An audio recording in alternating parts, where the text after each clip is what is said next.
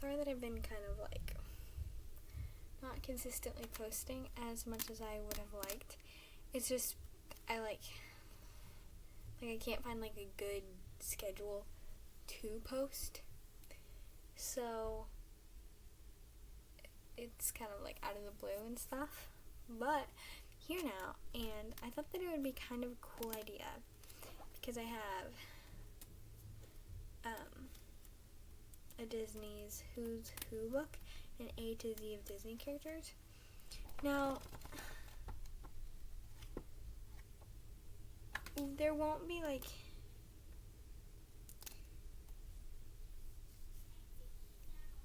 the new movies, like Wish. There's not going to be any Wish in there.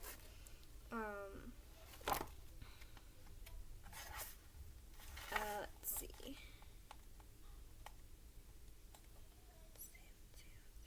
I don't think that there will be like Encanto.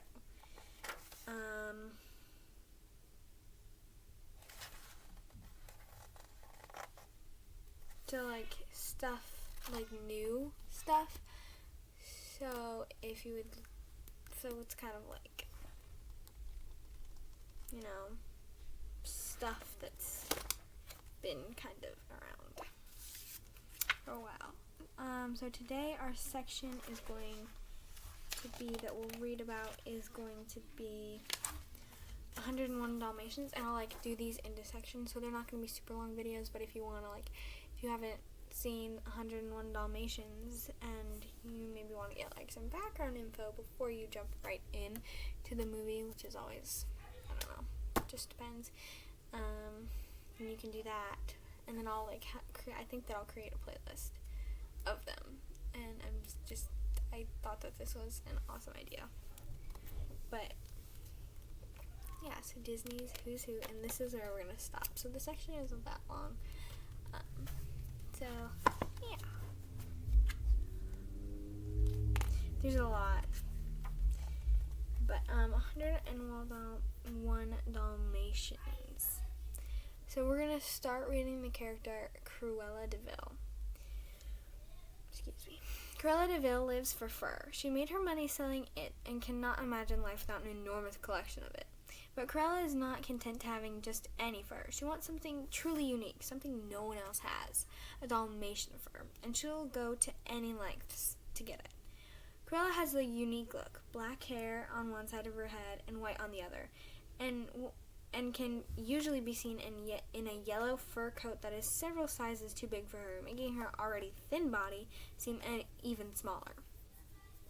Cruella is reckless, acting more on impulse than premeditation, a fact that leads to her ultimate defeat.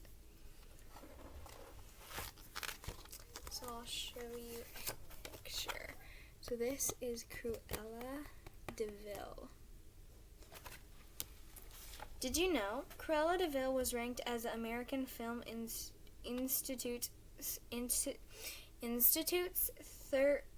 39th most evil villain. She also often appears on the Forbes list of wealthiest animated characters. Roger Radcliffe. Roger's a songwriter. His goal in life is to create a hit love song. Roger is a bit clumsy and awkward, but he means well and is a good husband to Anita and a good pet to his Dalmatian Pongo. Although he would never do it to her face, Roger enjoys making fun of Anita's friend Cruella de Vil. He has even written a song about her. So, this is Roger. Anita Radcliffe. Anita is the wife of Roger and the pet of a Dalmatian named Perdita, I don't know how you say her pet's name. She is also an old-school friend of Cruella de Vil's. Although she has grown a bit tired of Cruella over the years and has even gone so far as to admit her friend is a bit eccentric, Anita is kind and fun-loving. She enjoys teasing Robert about his songs, but is also incredibly supportive. She knows he is a great songwriter, and she has enough confidence for both of them that he will be a star one day. Pongo. Oh, I forgot to show you her. So, let me see if I can move my hand here. This is Anita.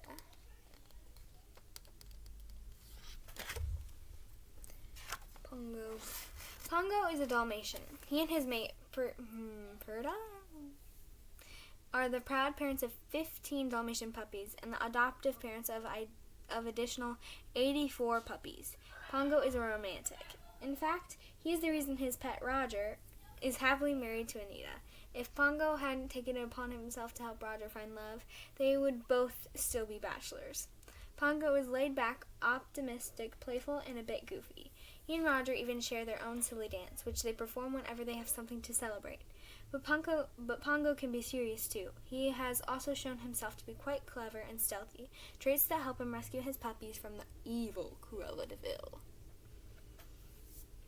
Did you know Pongo has 72 spots? Pongo's pet peeve is humans who think they are smarter than dogs. Okay. Pongo. Pongo boy.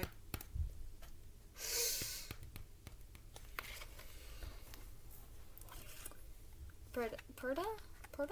We'll just call her that. Perda. But I might be wrong, so don't come after me. I'm sorry. I don't know how to pronounce her name. It's a very unusual name. Perda is a well-mannered, elegant lady. Unlike her mate Pongo, who tends to be overly optimistic, Perda leans toward the negative. She can be very worrisome, and her concern often turning to pessimism. Perda doesn't handle stress well, preferring to simply avoid hectic, chaotic situations. Her worries aren't always without cause, although as she seems able to sense danger before it surfaces. In spite of her fears, Perda is a strong, loving mother. Although a bit of a disciplinarian,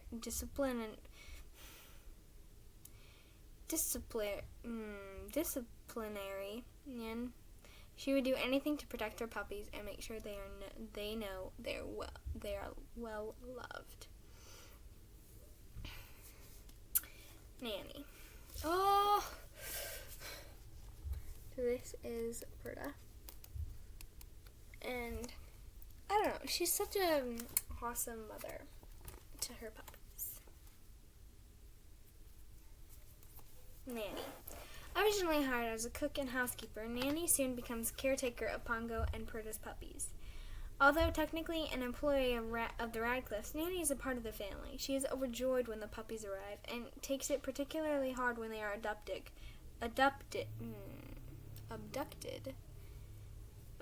blaming them kidnapping on herself. Nanny is incredibly loving, but also very stern. She does her best to keep the puppies well cared for and properly disciplined.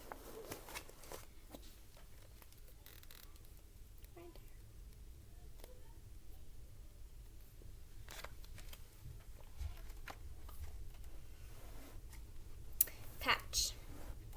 More than anything, Patch longs to be a hero. He was the only one to fight back when Cruella's henchmen abducted the puppies. And he even stood up to Jasper when the villain spoke harshly to his brother Lucky. Patch looks up to his father as a role model and idolizes Thunderbolt, the dog star of a popular TV show. He has seen and memorized all 72 episodes of Thunderbolt's show. Patch has a bit of a rivalry with his brother Lucky. The two are always vying for the best spot in front of the TV. In spite of this, Patch is very protective of Lucky. Patch has one black ear, one right ear, and has a black patch around his right eye. Did you know? Patch has 32 spots. He was the only puppy born with black markings. The others were white at birth and developed black spots later.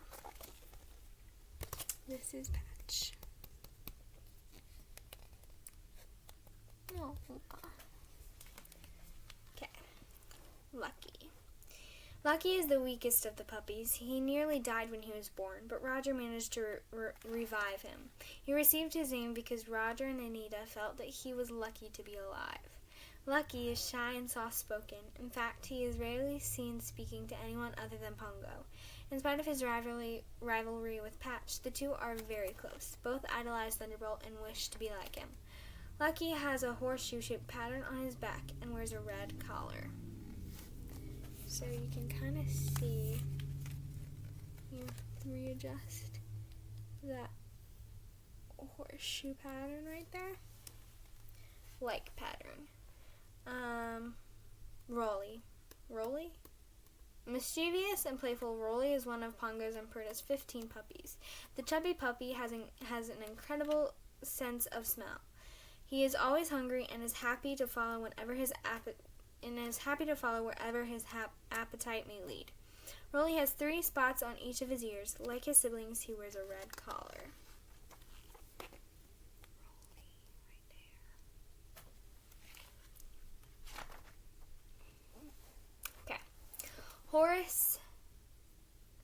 Horace Baden and his brother Jasper are the bumbling thieves hired by Cruella de Vil to kidnap the Dalmatian puppies. Short and fat, Horace loves to eat, particularly sandwiches and cake. In spite of being a bit dim-witted, Horace is rather insightful. He always seems able to correctly guess what Pongo and the puppies are up to, and even points out some black Labradors, suggesting perhaps the puppies disguise themselves. Unfortunately for Horace, no one ever seems to think much of his ideas.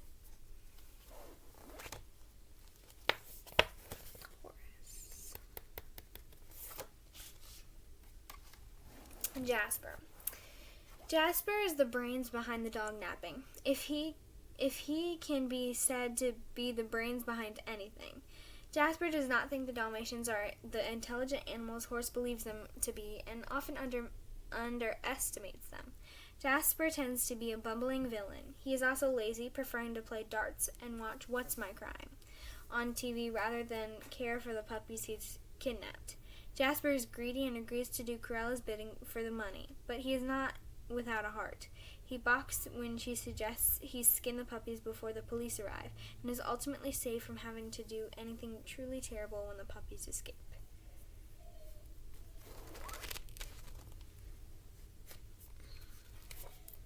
Jasper.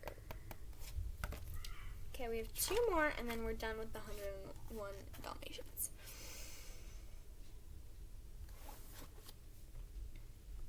The Colonel. The Colonel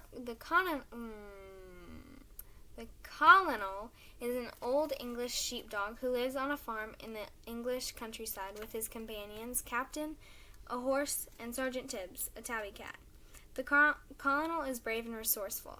He insists on investigating Cruella's home when he hears that the puppies may be there, and is instrumental in rescuing them. The Colonel tends to mishear words, thinking that the twilight bark is about spotted puddles rather than spotted puppies. He is also rather forgetful.